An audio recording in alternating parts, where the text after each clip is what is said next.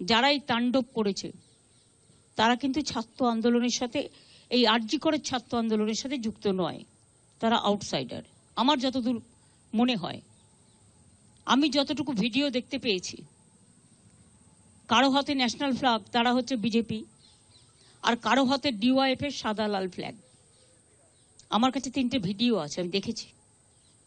কালকে পুলিশকে যেভাবে আক্রমণ করা হয়েছে, আমাদের একজন ডিসি যিনি নিরাপত্তার জন্য ওখানে ছিলেন, আমার 2জন ওসিও ছিলেন, 1 ঘন্টা তাকে খুঁজে পাওয়া যায়নি। আনকনসাস অবস্থায় তাকে উদ্ধার করা হয়। তখন তার মাথা ফেটে মানে চুরচুর করে রক্ত পড়ছে। তাকে আমি সঙ্গে সঙ্গে রাত 3টে আমি পুলিশকে বলি ওকে অ্যাপেলেতে নিয়ে যাওয়ার জন্য, কারণ ব্রেন স্ক্যান ট্যান করতে হবে। আর এটা অনেক সময় মাথায় আঘাত পড়লে কোমা টোমাতে চলে যায়, সঙ্গে সঙ্গে ট্রিটমেন্টটা ঠিকমতো না হলে। তাছাড়াও অনেকেই মার খেয়েছে পুলিশের, কিন্তু আমি একটা সাধুবাদ তাদের দেবো, তারা ধৈর্য হারাননি। এত তাণ্ডব দেখেও তারা সহ্যের সীমা হারায়নি।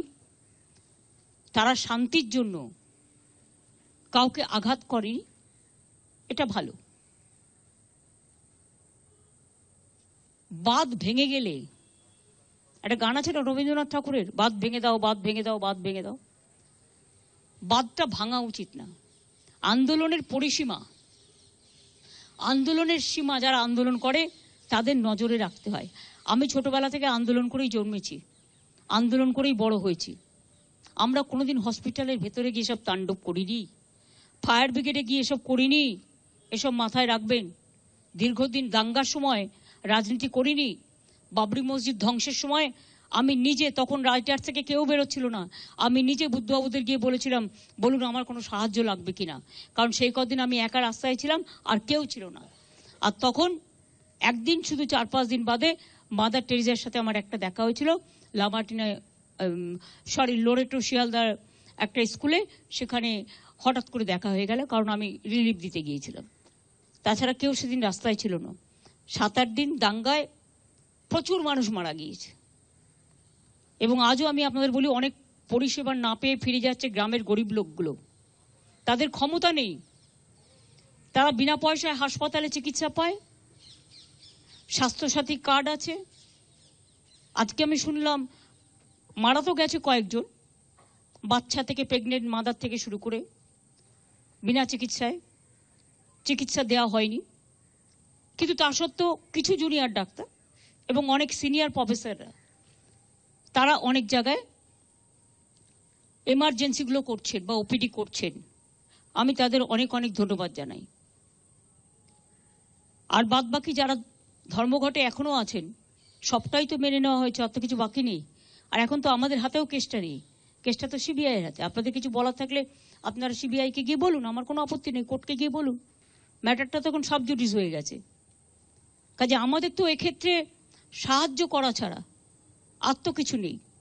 কিন্তু 2টো ফ্লোর পুরো ভেঙে দেওয়া হয়েছে, মেডিসিনগুলো লোপাট করা হয়েছে, এবং যত ইনফ্রাস্ট্রাকচার, ইকুইপমেন্টস, ইঞ্জেকশন থেকে শুরু করে যা যা লাগে টোটালটাই ধ্বংস করা হয়েছে।